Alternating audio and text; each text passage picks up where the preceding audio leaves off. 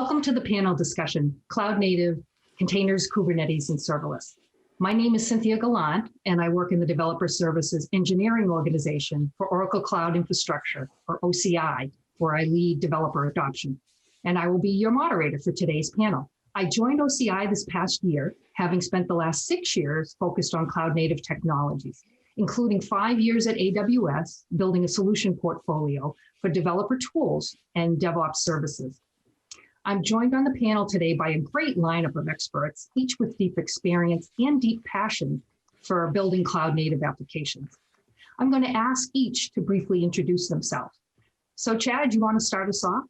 My name's Chad, and I came to Oracle about 3.5 years ago by way of the acquisition of my company, Iron.io, where I was the co-founder and CEO, and now I run developer relations on the Java Platform Group.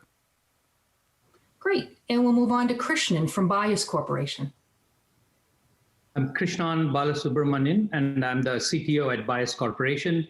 Bias is a system integrator and an Oracle Platinum partner that has helped many customers with their application modernization and cloud transformation journeys onto Oracle OCI and Oracle SaaS.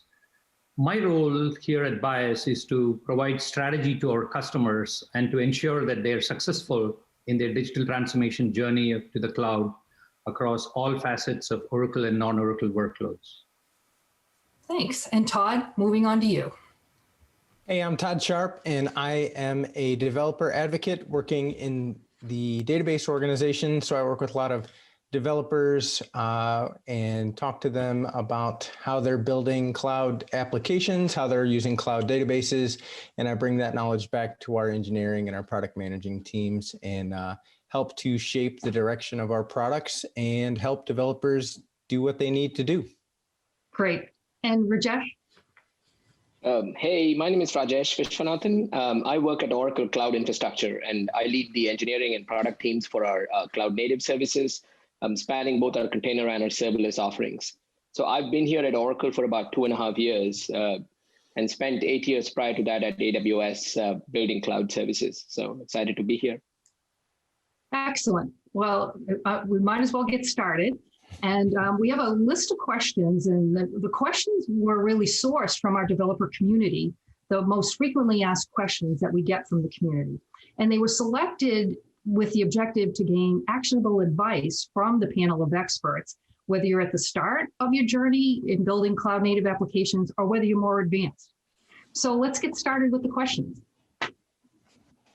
For developers and architects considering cloud native, we know that there are new and potentially alternative architectural considerations that you have to take into account. And Todd, in your experience, what would you say are the top considerations in designing cloud native applications? So that's a great question, Cynthia. So traditionally, architects have considered functional requirements, in other words, like what the system does, and non-functional requirements, in other words, like the scale at which it needs to perform. In addition to the traditional considerations, cloud native brings new challenges, right? There are many considerations to consider, but I think a few of the key things are, for example, the first consideration is that systems should really be designed for automation. Now, it may take a little more work up front, a little more time up front, but there's tons of tools available to help with this task, right? Things like Terraform and other infrastructure as code tools that are out there. These make it really easy to automate the creation, update, deployment of your services and your infrastructure in the cloud environment. CI/CD tools, right? They automate the building, testing, and deployment of your services. And these have gained a ton of traction over the past few years. I mean, obviously they've been around for many, many years, but in the recent years with this growth of cloud native, they've really kind of taken off, and you're seeing all kinds of new tools and existing tools be enhanced and improved upon. Scaling should also be automated, right? So you need to make sure that your infrastructure is able to meet the changing demands of your system without manual intervention. This helps keep your costs down, and which is always a good thing, right? Monitoring, logging, so many other things that can be automated and really must be in a cloud native architecture. So the second big thing to consider is state. Your application should be, whenever possible, stateless so that when the inevitable scaling actions occur, there's no chance to lose client data, right? So for example, like a shopping cart, something like that. Load balancing is also going to be easier since any instance can handle any request when there's no state to worry about. And the third, and probably the biggest thing to consider in my mind, especially when I think about the developer perspective, relates to managed services. A lot of times cloud vendors will offer really powerful managed services for certain tasks, right? Like messaging and notifications, serverless, even NoSQL offerings that have custom APIs. So the key here is to really evaluate the time and the cost savings that are associated with managed services versus rolling your own or manually implementing like an open source solution, for example. So of course, the term I'm talking about here in so many words is vendor lock-in, right? A lot of people think of that term when they think about managed services. Now, each system is different. Sometimes using the managed service outweighs the potential pain of eventually migrating off of it. So obviously, every situation is different. You have to evaluate each one of them and make sure you always consider managed services because they can make your life a lot easier when it comes to designing your cloud native applications. Thanks, Todd. There are quite a few pointers in that response. I hope people were taking notes, or they can watch the on-demand replay. Hey, just rewind, play it again. Well, let's look at this in another way. Let me ask about the anti-patterns if you're trying to develop in a cloud-native way that you want to avoid. And Rajesh, can we ask for your perspective relative to container anti-patterns? Yeah, super important to know that. I can think of a few things I've seen developers do as they're making the transition to a cloud native architecture. And typically this is kind of when you're in the early part of that journey. And usually these kinds of things end up with having side effects, either security issues or operational issues. And that's even more exacerbated if you're in a large scale production environment, right? So number one, think about how you're adding configuration information. I've seen developers adding configuration information, including like security credentials inside the container image. That's really just a bad idea. You don't want to do that. Get into the habit of injecting the configuration at runtime. And if you're using Kubernetes, for example, which you most likely are, use config maps for your configuration information, and for your sensitive information, use secrets, right? These are first-class Kubernetes resources available to you. Another example of an anti-pattern is I've seen developers use different versions of their images for their containers between their different stages of their development and deployment lifecycle. So you test with one version of the image on your staging environment, and then it's another version that's actually getting deployed to production. So, and usually the reason why this is happening is the thing I've said earlier. You have some configuration information that differs between your two environments. So you realize what's happening here is you're effectively invalidating the testing you did, right? Like you did a bunch of testing and then the thing that you've deployed to production is something else. So, make sure that you've got the same image that's kind of making its way through your pipeline. And finally, a pattern that I've seen that's not uncommon is the storing of log information locally on the container. So when you really need the information, you'll find that it's gone because the container is ephemeral. So you're much better off integrating it with a logging agent like FlowND early on in your life cycle. Those are great recommendations. And Chad, how about serverless anti-patterns? Yeah, as both Todd and Rajesh alluded to, going cloud native it's a different mindset. It's almost a cultural shift. And the same applies to serverless as well, if not more so. I often hear customers that they come to me and they say, I want to go serverless because we're going to save all this money and all the cool kids are talking about it on Hacker News.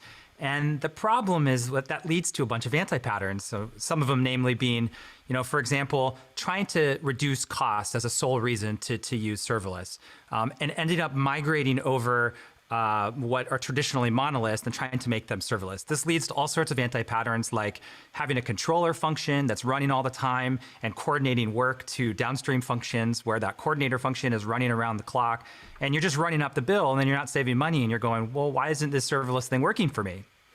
Another example would be if you want long-running functions. So let's say you want a function to run 40 or 50 or 60, or even I've had customers say, well, we really want this function to run 2 days. Why can't we do that? And it's like, well, maybe you're missing the point here of this kind of ephemeral scale out style. And there's a bunch of bad smell there. So avoid it at all costs. And the final thing I'll say is if you are using a functions as a service service and you say, oh, great, we're serverless, but your functions are talking to a database that's stood up on a virtual machine, you can maybe see the problem there. You're actually not serverless. In fact, you're pretty vulnerable to issues. And a nuanced alternative of that anti-pattern is once I use a function as a service, I need it in all of my serverless environments. And the reality is the best serverless environment is one where you're writing the least amount of code and you're actually deploying the least amount of code and using the least amount of services. As Todd mentioned earlier, using managed services to solve a lot of the problems that we used to have to do each ourselves is a big win for serverless. So you don't always need a functions as a service. That's great advice. I really appreciate you sharing that. Now let's talk more specifics of a particular development project using containers. And Krishnan, since you work with multiple customers, can you provide some insight from a recent particular project that you've undertaken? What was the use case for cloud native, and what were the top 1 or 2 lessons learned that you would want to implement at the beginning of the next project? I'm going to pick a use case of a very large enterprise that had over 100 plus modern and legacy applications hosted at their data center. All these applications were handling their critical supply chain functions for this enterprise, and they were hosted on an older hardware which were not able to scale to handle all their peak processing. So we worked with the customer to provide them a strategy for cloud transformation, and the journey was to re-architect, and modernize what we could using microservices, and also move the remaining legacy, applications using a lift and shift type of an approach onto Oracle Cloud Infrastructure. Because we just had like 9 months to move these 100 plus applications onto the cloud. So we modernized what we could, and then we kept used a lift and shift approach to move the remaining. What we learned from this project was when modernizing these applications is that the journey to the cloud requires not just adoption of the cloud technology, but also requires an internal transformation and development of both the development and project management practices as well. So there were some key lessons learned as part of this project, and what we should consider modernizing any application using cloud native functions. Number 1 is to think and build modern. For instance, define container images as logical units that can scale independently. Number 2 is when you're building all these applications and services, build them with CI/CD automation from the get-go. And you have to have a developer mindset to think agile and use all these types of agile development methodologies to accelerate the container development. And when adopting any of these cloud native patterns, it requires a mindset for developers, not only to think in terms of the product, what their product does, but also how easily their product will be used downstream by other developers, right? So this requires developers to have both coding skills and also cross-cutting integration experience as well. And finally, I would say focus on security. Many developers, use code from templates. And whenever we do that, we need to ensure that it should be scanned for vulnerabilities and compliance, security compliance on every run of the deployment pipeline. No, that's great advice. And I'm sure the client was very happy to have you assist them given what you brought to the table there and sharing with others here. So let's move on to securing cloud native apps. And Rajesh, from your experience, what have you found as the top considerations for securing cloud native apps? Yeah, so the first thing to sort of think about is a cloud environment is really fundamentally different from the traditional environment that your apps have been running on. right? In a non-cloud native environment, your security is basically based on is perimeter based, right? You're securing the endpoints, you're segmenting the network, etc. In the cloud environment, you really have to kind of think about security really from the beginning, from within the application itself, and then all the way on out. So the first thing really is what Krishnan just said, right? Like, how do you build security into your development and deployment process itself? So, the common term these days is it's not DevOps, it's DevSecOps. So practically what that really means is, in your development pipeline, make sure you have a way to scan your containers, right? And then similarly, make sure you have a way to sign your image. So you can then kind of have policies, right? When you actually deploy these containers, you can go state, basically add gates that say, don't deploy containers that don't meet a scan score of X, or only deploy containers that have been signed by these sets of entities who are trusted in the system. So you're kind of scanning for vulnerabilities. You're making sure you've got a chain of custody tracking the entire life cycle of your code. Another thing to think about is how is your data actually stored. So you want to make sure that your sensitive application data is encrypted, and ideally it's using a key that you own and control. So if your containerized application is like reading data, writing data from a file system, so think about what is the disk storage backing that file system, right? And how is that encrypted? And do you have the keys to that, to the encryption? And finally, one last thing to think about is, like in most cases, you're deploying your containerized application on Kubernetes.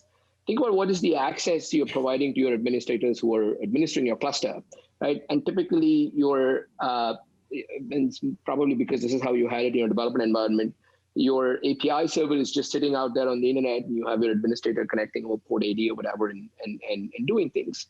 That's probably not a great idea, right? Like, make sure you're securing your ingress, host your API server inside your network so all of the regular network policies apply, and each of your administrators is getting added explicitly to access the endpoint.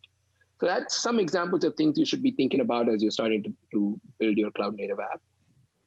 Great. No, those are all good tips. And Todd, how about from your experience? Can you answer your top considerations for securing cloud native apps? Yeah, Rajesh just gave such an amazing answer. It's going to be hard to add much to it, but I think his approach was considering more from like a DevOps, DevSecOps type approach. As far as I see it from like a developer standpoint, I mean, there's some obvious answers, right? I mean, if we all think back 4 or 5 years ago, when there were so many in the very public instances of public object storage buckets, right, that should not have been public. And there was just, especially with like some potential government clients, I mean, there was just a mess that was going on several years ago. So I think rule number one from like a developer standpoint, even still, yes, it needs to be said, make sure your object storage buckets are private, please. Unless they're absolutely necessary, need to be public, make it private. And the good thing about things like Oracle Cloud is that's like the default option, right? So it makes it very difficult to make that mistake nowadays. Use IAM roles, use policies, make sure any services that, well, first of all, make sure you have service users that only do one task that they need to perform. But when you have those service users, make sure they have the very bare minimum of permissions that they need to perform the task that they need to perform, nothing more. Some of the other obvious ones, always use TLS, secure your endpoints. As Rajesh said, use vaults and secrets to encrypt your sensitive credentials. Don't ever embed those in like a container or anything like that. Make sure you have the keys, you own the keys that are used to encrypt those. The other kind of big consideration to think about is, like I talked about earlier, if you automate all your monitoring, this helps you to make sure that you're aware of any of these potential threats that may happen to your system and your networks.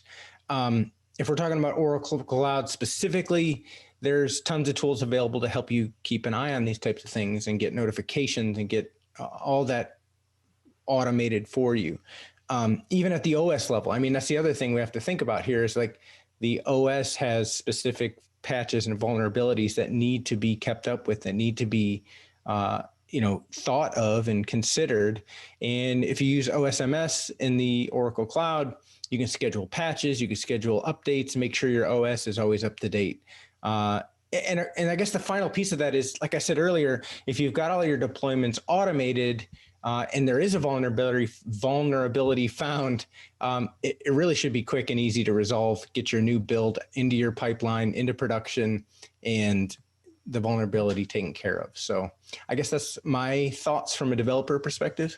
That's excellent. No overlap with what Rajesh said, so you did a good job in adding to what he already brought to the table. Well, let's bring this discussion full circle. I'm going to ask a higher level question. What does the panel see as the most interesting untapped opportunities, or alternately, the most underestimated challenges with containers and serverless? Let's start with Chad this time. Well, forever the optimist, I'll just cover the untapped opportunity. I really think, as you've been hearing in these answers, there's this theme going of automation, abstraction, managed services. And I think that one of the big untapped opportunities still is this idea of really effectively using the services at our disposal. There's so many powerful cloud services now. If you take a look at the portfolio that Oracle Cloud has or any of the major vendors, you can solve so many of your challenges without even starting to write a line of code. And then there may be, I think there's going to be an introduction of more meta languages or extensions to current languages today, where we're going to start to see sort of easier ways to wire this stuff together. And another one is a function marketplace or a way to share code or bits of code that run in the cloud. I work in the Java team, and the Java platform has been one of the most powerful and successful programming language for over a quarter century now. And one of the big reasons for its success is almost any problem that you want to solve with code, you can find someone that's already written that code in Java. And I think we're starting to move in a direction where that's also similar for the cloud as well, where you start to find Java code that runs in the cloud. You start to see pre-built functions that are tailored for particular functions as a service. There's even extensions to these languages. There's even ID integration now. And I think we're going to start to see marketplaces and different areas like that crop up. So I think we're on our way through the automation part, and we're just starting to tilt into the more marketplace aspect. Well, that's excellent. And hey, Cynthia, can I throw something in real quick there? Go right ahead, Todd. Yeah, I just want to put out a public beg, I guess, for lack of a better word, that if we do start seeing the rise and the growth of some of those like meta languages, let's please standardize these things. Let's not create like 10 different versions of them for every single vendor out there. I think that's a great point though, Chad. Meta languages for like managed services, let's just standardize it and let's run with it. Let's do it. Yep. Glad you pointed that out. And Krishnan, from your perspective and working with multiple companies, again, the untapped opportunities or underestimated challenges in serverless and containers? Chad quite very well covered all the untapped opportunities. So what I'm going to today talk about is some of the underestimated challenges for containers and serverless, right? So whenever we design these types of applications, it forces an architect to think differently and consider horizontal scalability. Architects need to think their application less as pets and more as a cattle, and they should plan for their workloads that can withstand disruption if ephemeral instances are used. I can also think about then other immediate impact to operations management for any type of a cloud native deployment, which is pretty much usually cost control. Due to the excitement and the rush of developers to produce a lot of these cloud native apps, sometimes inflates all our budget estimates, right? So that's what we normally see in many of the development shops that within these enterprises that tend to do these types of development. What happens here is the serverless function usage bloat, and all the unused and the lingering compute tend not to be governed.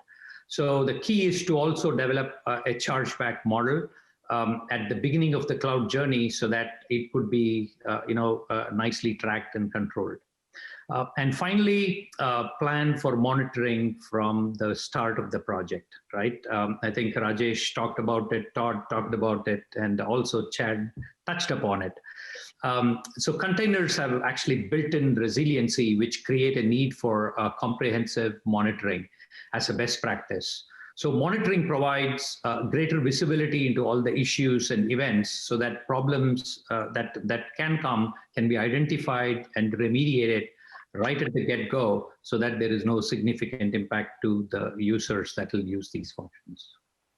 Excellent. Well, thanks, Krishnan, for that. And I'm sure that comes from experience in working with a number of companies who have underestimated those challenges. So as we close out the panel, I don't want to leave without asking the million-dollar question, containers or serverless? How do you know where to use each? And this is our kind of lightning round close. So I'm going to ask each of you. Chad, we'll start with you. Give us your perspective. When do you use each? Yeah, sure. I've always been baffled by this concept that they're mutually exclusive.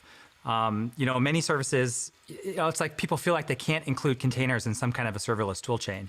And the reality is a lot of serverless services actually abstract out the containers. Some of them give you the power of containers as well. They expose that contract. If you think about Heroku's original model, which was just git push Heroku master, or you think about Oracle Functions, which is just fn deploy.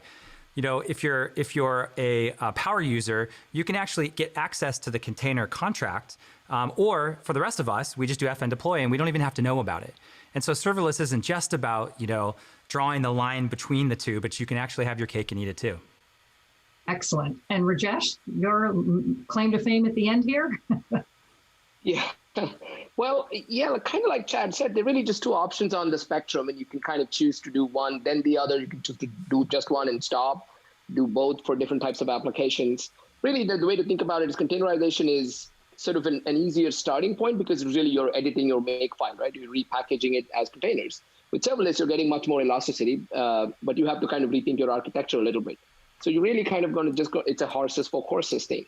But like Chad said again, like with Oracle Function, you kind of get both, right? You get a serverless runtime and you get a container-based packaging model. So why not get both?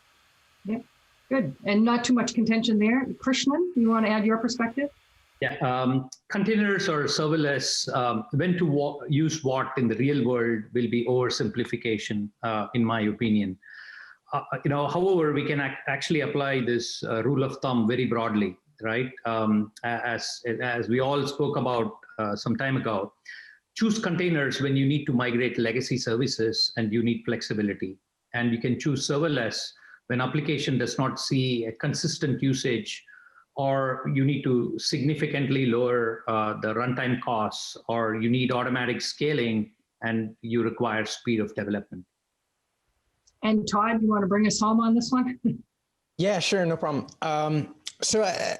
Believe it or not, I kind of feel like some developers still have a bit of like an unfounded fear about containers.